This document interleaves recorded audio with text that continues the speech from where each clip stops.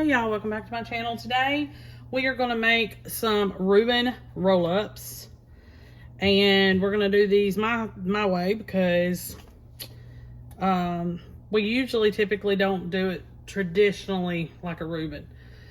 But I see this recipe and I thought, well, that's kind of neat. Just a different kind of spin on it. So you're going to take whatever bread that you choose to do your Reubens with. We usually pick sourdough, something like that. We don't use pumpernickel or rye, but you can totally do it with this same way. So you're going to get your rye bread, your pumpernickel bread, whatever type. You're going to roll it as flat as possible, and you're going to stuff everything in here, roll it up, and put it in the air fryer, and it becomes like a little something you can dip in your sauce. So perfect for parties, any kind of appetizers, or just, you know, you want to be at home and you want to do this little thing. So in my town, you can't really find the correct meat to do a Reuben, so I always just kind of improvise. I'm going to be using just some beef and some pastrami, and I try to get the type of lunch meat that's real thin. Especially if you're going to do this, you're going to have to do that. So I'm going to just put these on here. If you can find shredded Swiss, that would be your best bet, but couldn't find it. But I did find slices that were really thin. So we're going to put that on there. And then you're going to also take your sauerkraut and you're going to try to get as much liquid as you can off of them. So yeah, you're going to drain the sauerkraut, but you're going to have to squeeze it and like squeeze the liquid out of it the best you can. When I make spinach dip or anything like that, I have to do the same exact thing. So, and then you're going to take it and just roll it up just like that. Okay, and then I'm gonna set this aside over on my cookie sheet, and I'll show you that in a second. Let me get a few more of these done up. Air fryer's already preheated to 400 degrees, and we're gonna do a few more, and I'll be right back. Okay, so right before you put them in your air fryer, you're going to take some melted butter and just brush over the top. I did put mine on a cooling rack and put them on my baking sheets, put them in mine because my air fryer's in my oven. But these go completely, these will work just fine in a countertop air fryer as well. Get them on the sides a little bit. And I kind of pressed them down.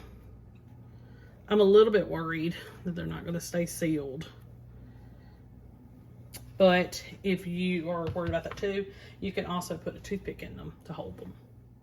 Okay, so you're going to put these in your air fryer at 400 degrees for about 5 minutes until they're toasty. Keep an eye on them so they don't burn because that is butter and it will burn. And I'll see you back here in a few.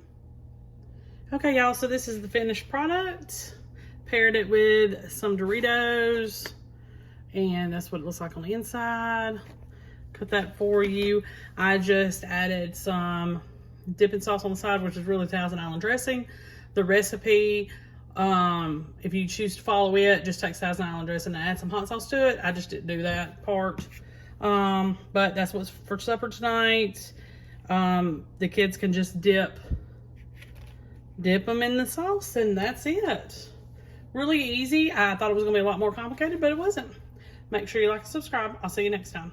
Hey y'all, welcome back to my channel. Today we're gonna do a sheet pan meal, and this sheet pan meal is called Parmesan garlic chicken thighs, and it has some vegetables with it. I've already got my vegetables chopped and ready, but right now we're going to do the seasoning blend that goes with it. All right, so the first thing that you're going to do is you're going to need a teaspoon of salt. I'm just putting it in this plate. A teaspoon of pepper. Making sure that was correct. A teaspoon of Italian seasoning.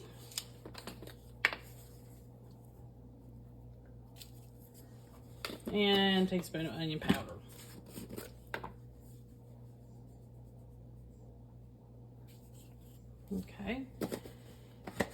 Then you're gonna need 2 teaspoons of garlic powder. So there's 1, 2, and 2 teaspoons of paprika. I'm probably not gonna do quite 2 teaspoons. We'll just do 1. All right, let's move all this around. We'll get a fork and kind of stir this up a little bit.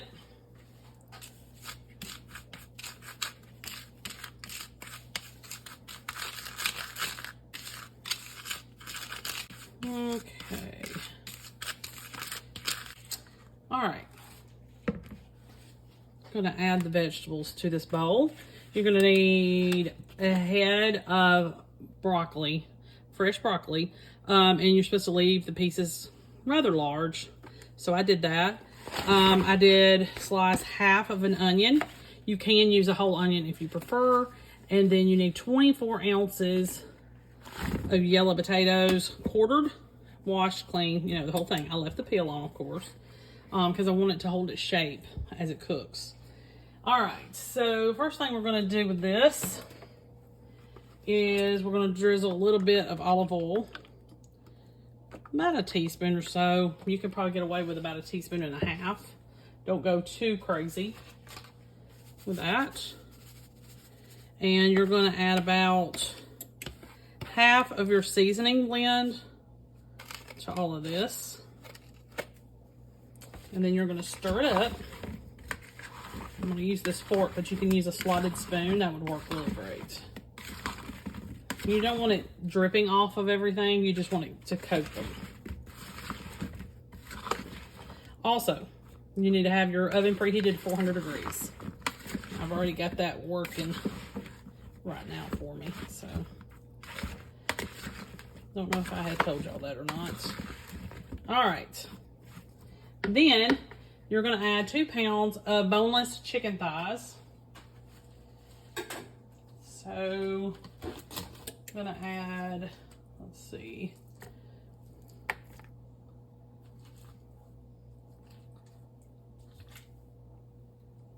I'd say about 6 or so will be enough. But I'm gonna go ahead and just add my last couple that I have, just for some extra protein with that. Okay.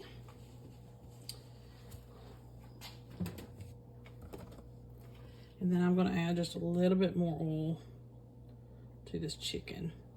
Maybe about a teaspoon or so, maybe a little less.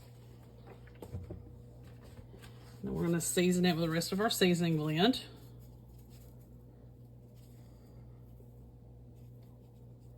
Okay. And let me go ahead and get a slotted spoon. Stir it with that.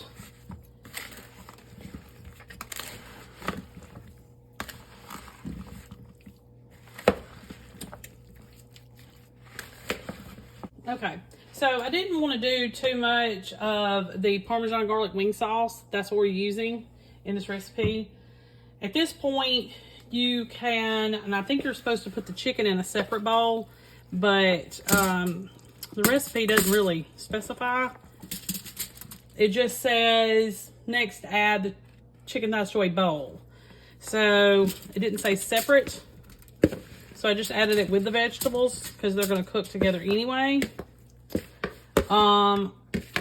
If you do that and you want to put some of the sauce on there, the Parmesan sauce, you can.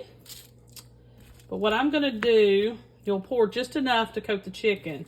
What I'm going to do is I'm going to spread my chicken throughout because I want that chicken to season the vegetables.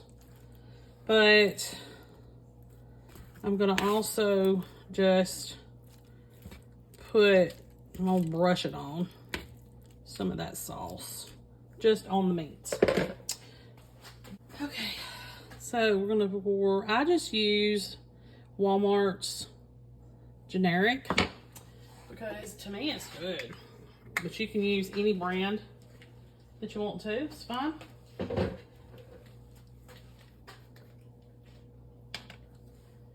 All right, we'll put a little bit on each one, and I'm gonna spread it out with my brush.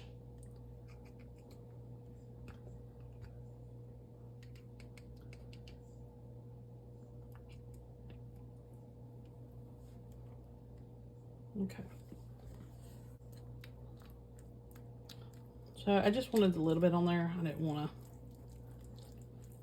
it all over the chicken, plus basting it with it.